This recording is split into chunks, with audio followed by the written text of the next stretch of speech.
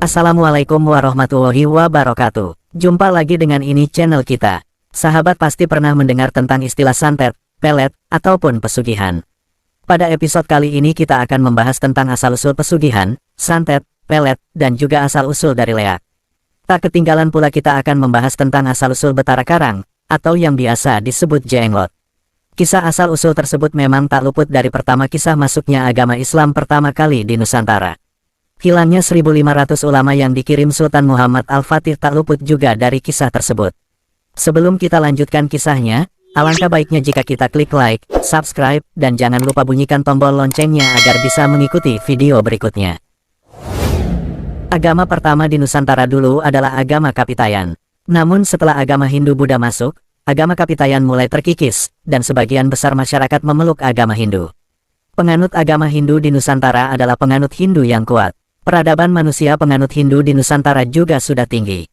Sebagian besar dari masyarakat Nusantara saat itu memeluk agama Hindu Brahma.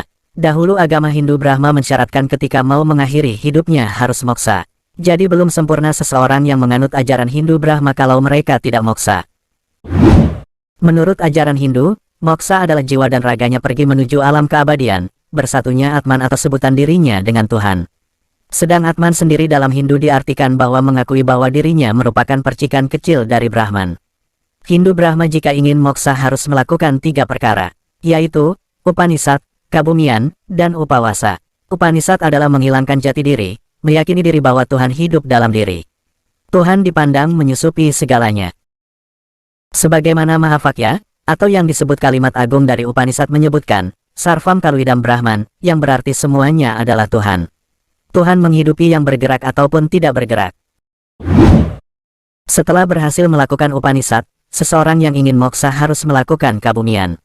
Kabumian adalah melakukan hidup seperti bumi, yaitu semakin dihina atau diinjak-injak maka dia semakin rendah hati, tidak marah, dan semakin lama semakin baik dirinya dalam menjalani kehidupan. Setelah melaksanakan Kabumian, seseorang yang akan melakukan moksa berlanjut ke Upawasa, yaitu bertapa, tidak makan dan minum, menghilangkan hawa nafsu, tidak memikirkan keduniawian, hati dan pikiran hanya terpusat pada Yang Maha Kuasa. Istilah Upawasa yang berawal dari istilah Kapitayan, yaitu agama asli Nusantara sebelum Hindu-Buddha masuk ke Nusantara. Setelah Hindu-Buddha masuk di Nusantara, istilah ini diadopsi oleh agama Hindu. Upawasa dalam ajaran Hindu disebut Brata, yang berarti upaya mengendalikan diri terhadap pikiran atau perilaku yang mengundang hawa nafsu. Lalu di zaman Wali Songo, istilah ini diambil sebagai pengganti kata saum. Karena pada saat itu masyarakat Jawa kesusahan jika harus menyebut kata saum pun kemudian diganti dengan upawasa dan dipermudah pengucapnya jadi puasa. Mungkin sahabat pernah mendengar istilah tapa brata, atau dalam bahasa Jawa, topo broto. Jadi antara istilah saum, brata atau tapa brata, dan upawasa, hakikat artinya adalah sama. Yang membedakan adalah sesembahan. Dalam ajaran Hindu Brahma dulu, belum sempurna Hindu seseorang jika dia meninggalkan dunia tanpa moksa.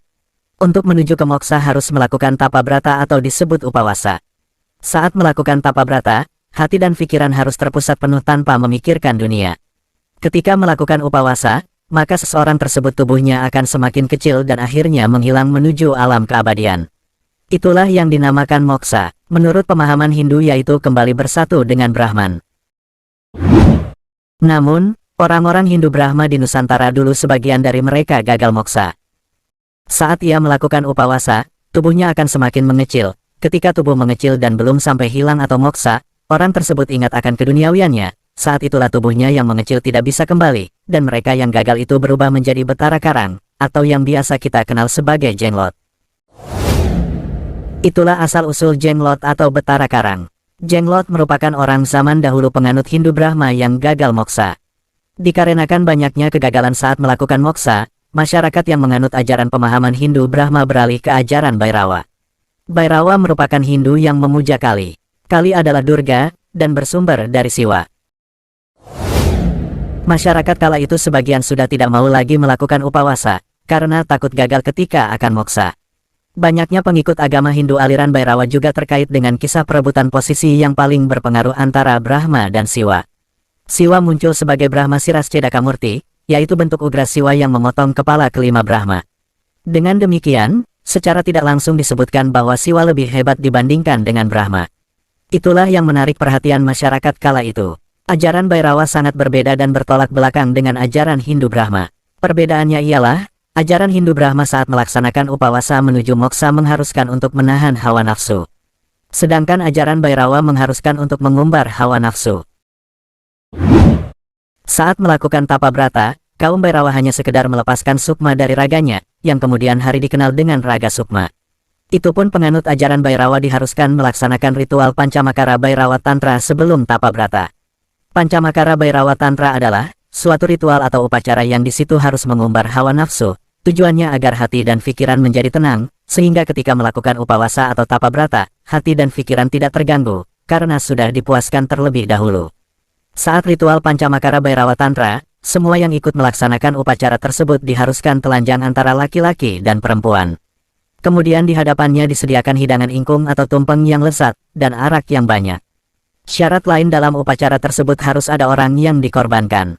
Sesudah dikorbankan, orang tersebut harus dijadikan makanan untuk dimakan bersama tumpeng.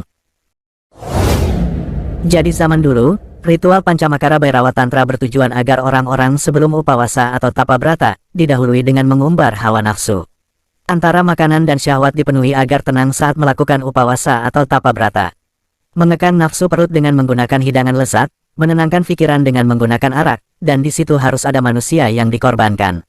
Setelah itu manusia tersebut dibakar dan dijadikan hidangan bersama tumpeng.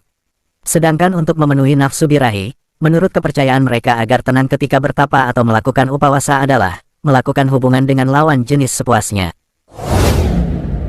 Namun, dikarenakan sebelum melakukan tapa brata terlalu banyak melakukan seks bebas dan minum arak, maka, waktu melaksanakan tapa brata dan sukma pergi meninggalkan raganya, para Bhairawa menggunakan hal tersebut untuk kepentingan mereka sendiri akan keduniawian.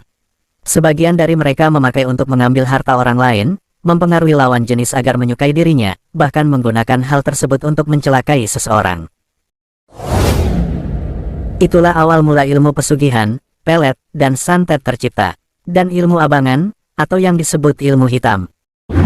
Itulah yang menjadi salah satu faktor kegagalan pertama kali masuknya Islam di Nusantara, dan hilangnya para ulama yang dikirim oleh Sultan Muhammad Al-Fatih dari Kerajaan Ottoman Turki, yang bertujuan untuk mengislamkan tanah Jawa. Untuk video berikutnya akan lebih seru lagi, di mana pada saat itu Sultan Muhammad mengirimkan para ulama sakti, yang juga ahli dalam bela diri dari berbagai daerah untuk menyebarkan agama Islam, sekaligus untuk melawan kaum Bhairawa di Nusantara. Para ulama tersebut adalah murid dari seorang ulama kondang yang pernah singgah di Nusantara. Tak ketinggalan pula akan ada kisah tentang terciptanya ilmu leak. Sampai jumpa di video berikutnya. Salam rahayu untuk kita semua. Wassalamualaikum warahmatullahi wabarakatuh.